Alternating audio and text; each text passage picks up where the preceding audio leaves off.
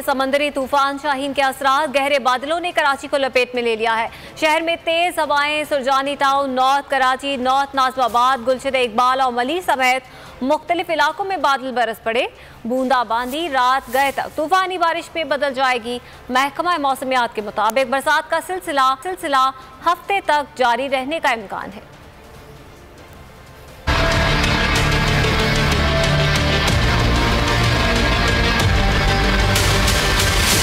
बहिर अरब में back to back तूफान, गुलाब के बाद शाहीन की उड़ान। कराची में तेज बारिश के सिस्टम ने एंट्री दे दी।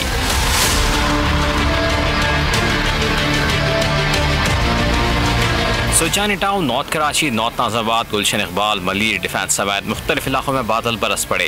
बूंदाबांदी रात गए तक तूफानी बारिश में बदल जाएगी। बारिश का सिलसिला हफ्ते तक जारी रह सकता है। महकमा मौसमियात ने 100 मिलीमीटर से ज्यादा पानी बरसने की पेशगोई कर दी। तो इवनिंग में आप कह सकते हैं कि लाइट टू मॉडरेट स्पेल है, लेकिन रात से फिर तेज स्पेल मुतवक्की है। और कल खासा तेज स्पेल है। कल तो पूरा दिन ही तकरीबन थोड़ा ही वक्फा मेरे ख्याल में मिलेगा, कल भी और परसों भी।